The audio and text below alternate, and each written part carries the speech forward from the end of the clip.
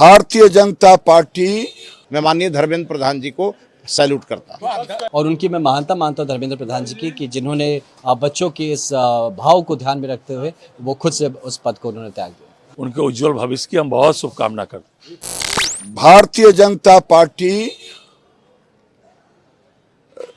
राष्ट्र हित के लिए जब भी जरूरत होता है, राष्ट्रीय एकता के लिए हम काम करते हैं। और देश के प्रधानमंत्री नरेंद्र मोदी जी युवाओं के लिए शुरू से संवेदनशील रहे। देश के पहले प्रधानमंत्री हैं जो पेपर लीक के बाद 1 महीना के अंदर रिजल्ट एग्जामिनेशन लीक प्रूफ हुआ। और आने वाले दिनों के बाद सारी बातें खुल के आएगी कि कौन लोग क्या करना चाहते थे, ये बातें आगे आएगी।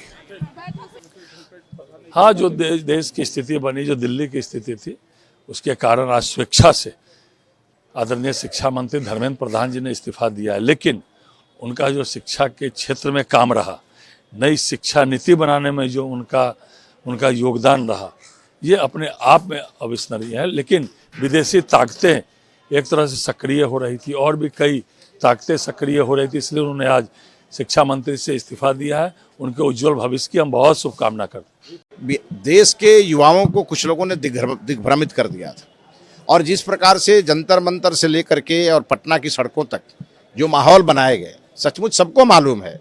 ये जो लोग आंदोलन कर रहे हैं उनको भी मालूम है कि धर्मेंद्र प्रधान जी का इसमें कोई दोष नहीं है, सरकार कहीं नहीं है। ये कहीं ना कहीं सिस्टम में कुछ गलत लोगों का प्रवेश और साथ में सरकार को बदनाम करने की साजिश थी। लेकिन वो सब चेहरे बेनकाब हो चुके हैं, जिसको लेके माननीय प्रधानमंत्री जी ने कैबिनेट से बड़ा निर्णय किया और अब फास्ट ट्रैक कोर्ट की स्थापना की गई है, जिसके आधार पर उन्हें कड़ी से कड़ी सजा मिलेगी।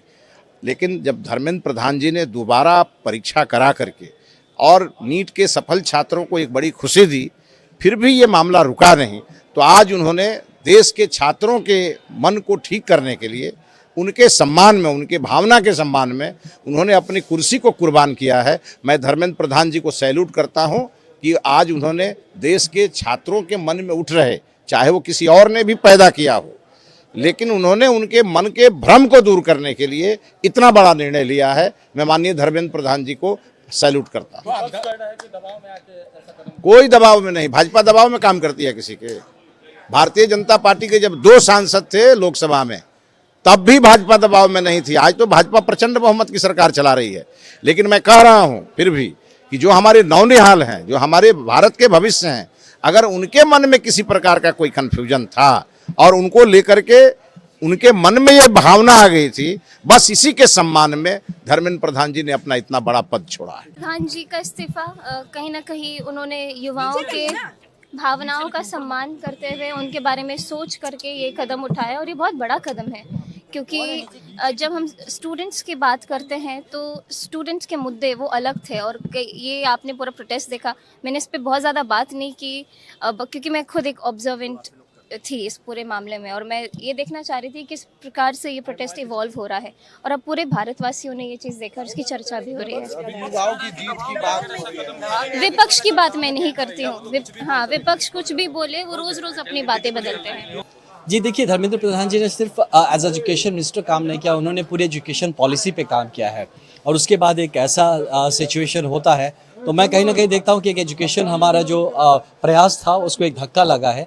जहाँ तक नीट की बात थी तो 26 दिनों के अंदर उनके ही लीडरशिप में फिर से नीट का परीक्षा करवाया गया, और बच्चों को एक ऐसा बेहतरीन माहौल देके उनको पूरा एग्ज़ाम क्लियर करके आज फिर से अपने करियर पे आगे चल रहे हैं। तो कहीं ना कहीं लेकिन एक बात ये भी कहेंगे कि हमारी सरकार की संवेदनशीलता है कि बच्चों के मन में अगर कुछ बात है, कुछ जज्बात है, तो उसको भी रिस्पेक्ट किया जाए। और उनकी मैं महानता मानता हूँ धर्मेंद्र प्रधान जी की कि जिन्होंने बच्चों के इस भाव को ध्यान में रखते हुए वो खुद से उस पद को उन्होंने त्याग दिया। कई बार देखे हैं छोटे में या फिर छोटे भाई बड़े भाई में जब रेस लगेगा, चाहे बाप में और बेटे में रेस लगता है, तो बाप जानबूझ के हार जाता है कि बच्चा मेरा जीते। क्यों? क्योंकि उस बच्चे का मनोबल नहीं टूटने देना है। उस बच्चे को हमेशा महसूस कराना है कि बेटा तुमने ट्राई किया, अटेम्प्ट किया और तुम जीतोगे। ट्राई करने से सब कुछ होता है। ये सरकार उस भाव से अपने बच्चों को ट्रीट करती है ना। इस बच्चों से अपने कंपटीशन में नहीं है सरकार। सरकार कभी भी अपने को बरकरार मतलब मजबूती से रखने के लिए अपने बच्चों का मनोबल तोड़ दिया नहीं। तो मैं धन्यवाद देता हूँ माननीय प्रधानमंत्री जी का, माननीय धर्मेंद्र प्रधान जी का, जिन्होंने बच्चों के मनोबल को आगे बढ़ाने के लिए एक स्टेप पीछे लेना पड़ा तो वो भी लिया। और दुर्भाग्य है कि ऐसे विपक्ष हमारे साथ हैं जो बच्चों के, उन छोटे छोटे बच्चों के ऊपर खड़े होकर अपनी राजनीति सीखना चाहते हैं। हमारी अनुशासन की वाली पार्टी है और उन्होंने अपना इस्तीफा देके दुख जाहिर किया है कि इस तरह जो असंगठित लोग जो है आपराधिक चरित्र वाले पूरे देश को बर्बाद करना चाह रहे हैं।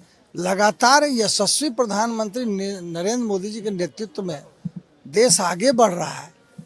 सम्राट चौधरी जी मुख्यमंत्री जी के नेतृत्व में आज 100 दिन पूरा बिहार आगे बढ़ रहा है और सारी मांगों को यदि हमारे प्रधानमंत्री जी ने सब लोगों ने मान लिया, उसके बाद भी अगर इस तरह की घटना हो रही है तो कहीं ना कोई ये आपराधिक चरित्र वाले लोग, इसमें कोई छात्र नहीं हो सकता, कोई घर के गार्जियन इस तरह बच्चे को नहीं कहेंगे कि किसी विधायक का कार तोड़ दो, किसी विधायक को मार दो, कोई जनप्रतिनिधि को मार दो। ये कौन है?